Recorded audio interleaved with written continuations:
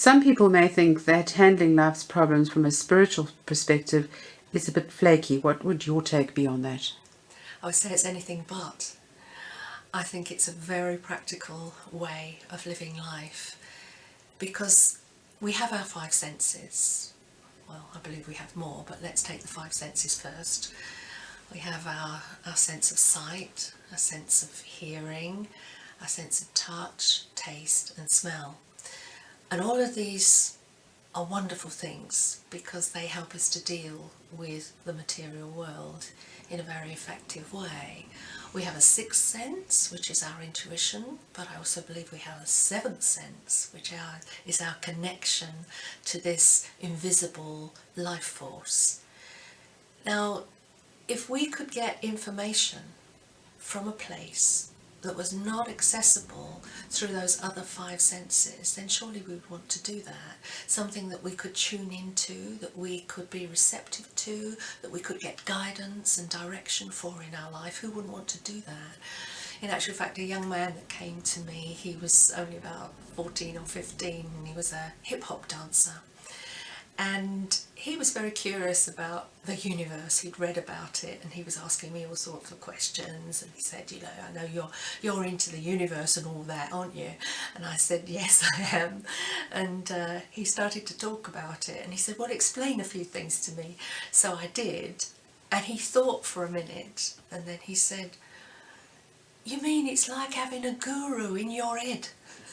And I said, that is exactly what it's like. So to me, to be able to deal with life, and I'm a very practical person, I'm extremely down to earth, to be able to deal with life's challenges, and not only challenging things, but things that happen that are leading us on a path that's going to be more expansive.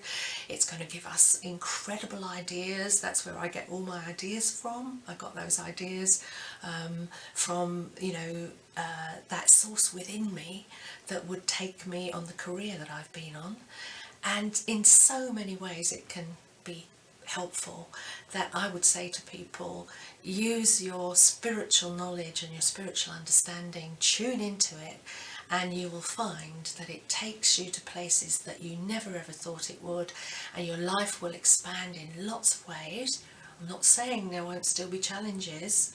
There have been a lot of challenges in my own life, and a lot of ups and lots of downs, but I always know that when I'm in a challenging situation, something greater is on the horizon, and I've learned to trust that. I might go through a few shaky times, but I always know, this is another one of those times when I'm being asked to rise higher in consciousness, expand more of myself. There's more potential within me. How can I express that in a greater way? And that always happens. And can you give us a few examples of how connecting with your inner presence has helped you in your life? Absolutely. Perhaps I can give examples of very practical ways that can happen.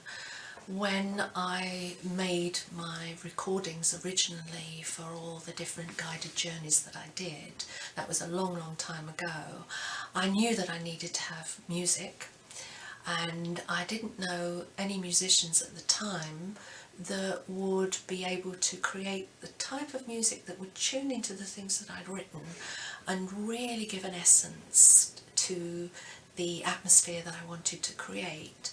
So I just got very quiet. I went, what I call, going into my higher self, or the presence within me, and I asked to be guided to the right musician.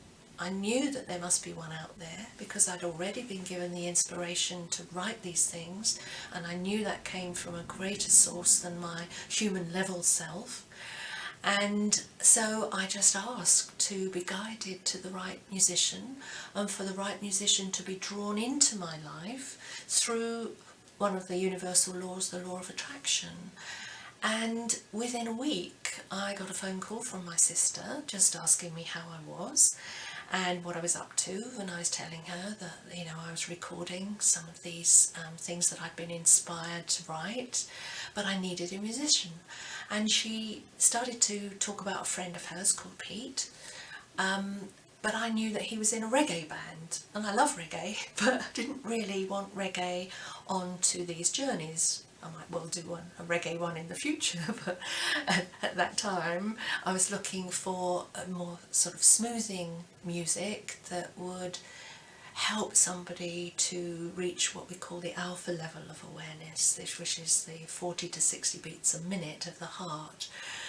And she said, well, what about Pete? He's actually looking to write this type of music. He's been inspired to do it, as well as, you know, all his band commitments. I said, well, that sounds great. Let's send him one of the recordings and see what he does with it. And he ended up doing all 10 recordings in the series, and the music on them is absolutely incredible. So thank you, universe, and thank you, Pete. That's one way.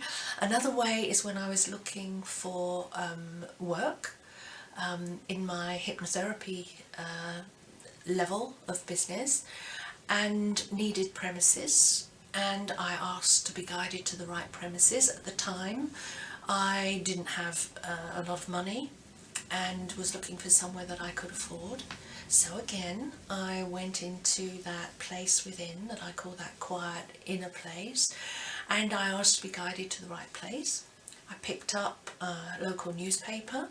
There was an advert in there about a room to let above a beauty salon, and I rang and there was no reply, and I thought, oh gosh, this would be ideal. It's in the village where I live, and it would be the perfect place for me, but I couldn't get any answer.